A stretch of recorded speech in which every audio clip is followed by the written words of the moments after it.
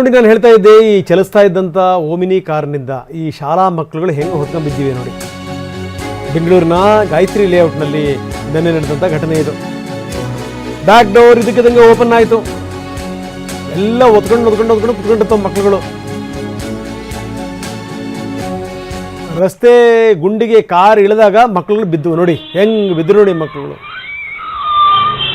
ಮೂಟೆಗಳ ಥರ.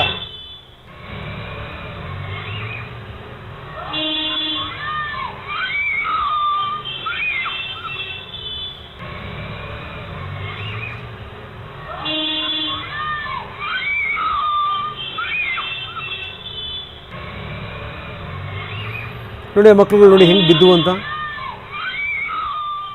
ಮೂಟೆಗಳಿಗಿಂತ ಕಡೆಯಾಗಿ ಬಿದ್ದಿದ್ದು ನೋಡಿ ಮಕ್ಕಳುಗಳು. ಇದು ಸಂಗತಿ.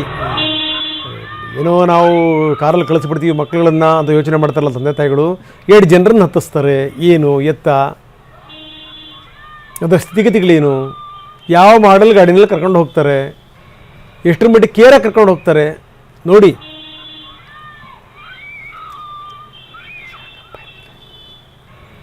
ಶಿವಪ್ರಸಾದ್, ನಮ್ಮ ಪ್ರತಿನಿಧಿ ಶಿವಪ್ರಸಾದ್ ಈಗ ನಮ್ಮೊಂದಿಗೆ ನೇರ ಸಂಪರ್ಕದಲ್ಲಿದ್ದಾರೆ. ಶಿವಪ್ರಸಾದ್, ಹಿಂದೆಲ್ಲ ನಾವು ಹಲವಾರು ಸಂದರ್ಭಗಳಲ್ಲಿ ಇಂಥ ಘಟನಾವಳಿಗಳನ್ನು ತೋರಿಸಿದ್ದೀವಿ. ಮಕ್ಕಳುಗಳನ್ನು ಈ ರೀತಿ ತುಂಬಿ ಕಳಿಸ್ತಿರಲ್ಲ ಶಾಲೆಗೆ, ನೋಡಿ ಹೆಂಗಿದೆ ಅಂತ. ನಿನ್ನೆ ನಡೆದಂಥ ಘಟನೆ, 5 ಮಕ್ಕಳುಗಳು ಹೆಂಗೆ ಬಿದ್ದು ನೋಡಿ, ಮೂಟೆಗಳು ಬಿದ್ದಂಗೆ ಬೀಳ್ತವೆ. ಏನಿದೆ ಅರ್ಥ ಶಿವಪ್ರಸಾದ್? ರಂಗನಾಥ್, ಕೆಆರ್ಪುರಂ ಸಂಚಾರ ಪೊಲೀಸ್ ಠಾಣಾ ವ್ಯಾಪ್ತಿಯಲ್ಲಿ ಘಟನೆ ನಡೆದಿರ್ತಕ್ಕಂಥದ್ದು. ಖಾಸಗಿ ಶಾಲೆಯ ಒಮಿನಿ ವ್ಯಾನ್ ಒಂದು ಮಕ್ಕಳನ್ನ ಕರೆದುಕೊಂಡು ಹೋಗಬೇಕಾದ್ರೆ ಮಧ್ಯಾಹ್ನ 3 ಗಂಟೆ ವೇಳೆಗೆ ಯಾವ ರೀತಿಯಾಗಿ ಚಾಲಕ ಅಜಾಗರೂಕತೆಯಿಂದ ಚಾಲನೆಯನ್ನ ಮಾಡಿದ್ದಾನೆ ಅನ್ನೋದನ್ನ ಗಮನಿಸಬಹುದಾಗಿದೆ. ಮೊದಲನೇದಾಗಿ ಈ ರೀತಿಯ ಒಮಿನಿ ವ್ಯಾನ್ಗಳಲ್ಲಾಗಿರ್ಬೋದು ಅಥವಾ ಆಟೋಗಳಲ್ಲಾಗಿರ್ಬೋದು ಕುರಿಮಂದೆಗಳಂತೆ ಮಕ್ಕಳನ್ನ ತುಂಬಿ ಕರೆದುಕೊಂಡು ಹೋಗುವಂತ ವ್ಯವಸ್ಥೆ ಏನಿದೆ, ಈ ವ್ಯವಸ್ಥೆಗೆ ಕಡಿವಾಣ ಹಾಕಬೇಕು ಅಂತೇಳಿ ಬೆಂಗಳೂರಿನಲ್ಲಿ ಆಗಿಂದಾಗಲೇ ಬೆಂಗಳೂರಿನ ಎಲ್ಲಾ ಪೊಲೀಸ್ ಠಾಣಾ ವ್ಯಾಪ್ತಿಗಳಲ್ಲಿ, ಸಂಚಾರ ಪೊಲೀಸ್ ಠಾಣಾ ವ್ಯಾಪ್ತಿಗಳಲ್ಲಿ ಸ್ಪೆಷಲ್ ಡ್ರೈವ್ಗಳನ್ನ ಮಾಡ್ತಿರ್ತಾರೆ. ಮಾಡಿದಂಥ ಸಂದರ್ಭದಲ್ಲಿ ಖಾಸಗಿ ಬಸ್ ಚಾಲಕರುಗಳು ಕುಡಿದು ವಾಹನವನ್ನು ಚಾಲನೆ ಮಾಡುವಂತಹ ಪ್ರಕರಣಗಳು ಕೂಡ ಆಗಾಗ್ಗೆ ದಾಖಲಾಗ್ತಿರ್ತವೆ. ಆದರೆ ಈ ರೀತಿಯಾಗಿ ಮಕ್ಕಳನ್ನ ಅಜಾಗರೂಕತೆಯಿಂದ ಚಾಲನೆಯನ್ನ ಮಾಡಿಕೊಂಡು ಕರ್ಕೊಂಡು ಹೋಗಿರ್ತಕ್ಕಂಥದ್ದು ನಿಜಕ್ಕೂ ಕೂಡ ಪೋಷಕರು ನೋಡಲೇಬೇಕಾಗಿರ್ತಕ್ಕಂಥ ಸುದ್ದಿ. ನೀವು ಟಿವಿನಿಂಗ್ ಲಭ್ಯ ಆಗಿರ್ತಕ್ಕಂಥ 31 ಸೆಕೆಂಡ್ಗಳ ದೃಶ್ಯಾವಳಿಗಳನ್ನ ಗಮನಿಸಬಹುದಾಗಿದೆ.